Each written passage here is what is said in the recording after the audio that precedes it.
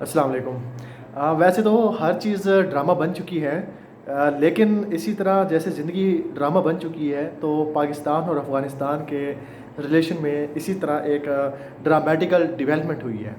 नाज़रीन, ये डेवलपमेंट उस वक़्त होती है जब ट्राइलैटरल मीटिंग होती है फ़ॉरेन मिनिस्टर पाकिस्तान, अफ़गानिस्तान और चाइना की बीजिंग में। नाज़रीन, इस मीटिंग के नतीजे में जो पाकिस्तान के फ़ॉरेन मिनिस्टर हैं, अफ़गानिस्तान के फ़ॉरेन मिनिस्टर के साथ इस बात का एग्री करते हैं कि वो दोनों कंट्रीज़ एक दूसरे के साथ डिप्लोमेटिक रिलेशनशिप को बहाल करेंगे।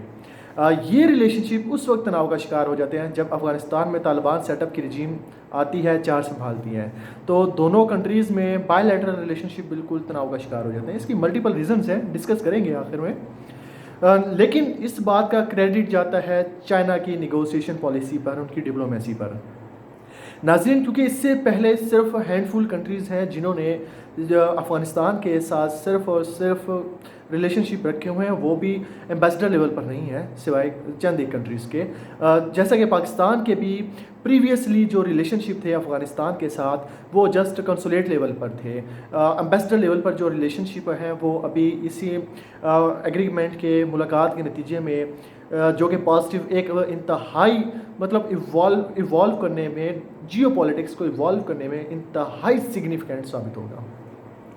नाज़रीन, क्योंकि पाकिस्तान की अफ़गानिस्तान के साथ तो बहुत सारे रिलेशनशिप माजी में होते रहे हैं, लेकिन तनाव का शिकार होने पर हम डिस्कस करते हैं कि ये तनाव का शिकार क्यों हुए।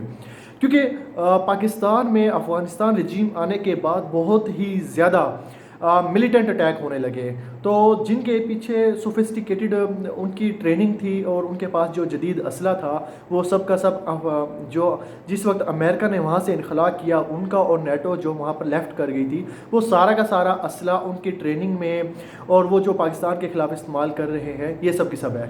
क्योंकि पाकिस्तान ने काबुल को बार बार ये वार्न किया कि वो जो अफ़गानिस्तान तालिबान जो वेज कर रहे हैं वार पाकिस्तान के ख़िलाफ़, उसमें अपनी सोइल को इस्तेमाल ना होने दें। लेकिन खैर, अफ़गानिस्तान की दुकान पर जो ही नहीं रिंगती, तो ऐसे में क्या हो सकता था, रिलेशनशिप तनाव ही होने थे ना। ऐसे नहीं हो सकता था कि ये दोनों एक दूसरे के साथ गले लगना स्टार्ट हो जाते हैं। अब नाज़रीन, फिर उसके नतीजे में पाकिस्तान, जाहिर सी बात है, दोनों कंट्रीज़ ने अपनी तरफ से जो है वो टफ मेजरमेंट ली है, जिसके नतीजे में बॉर्डर क्लैशेस तो दोनों के दरमियान बहुत ही ज़्यादा फैल गए, मतलब बढ़ चुके थे।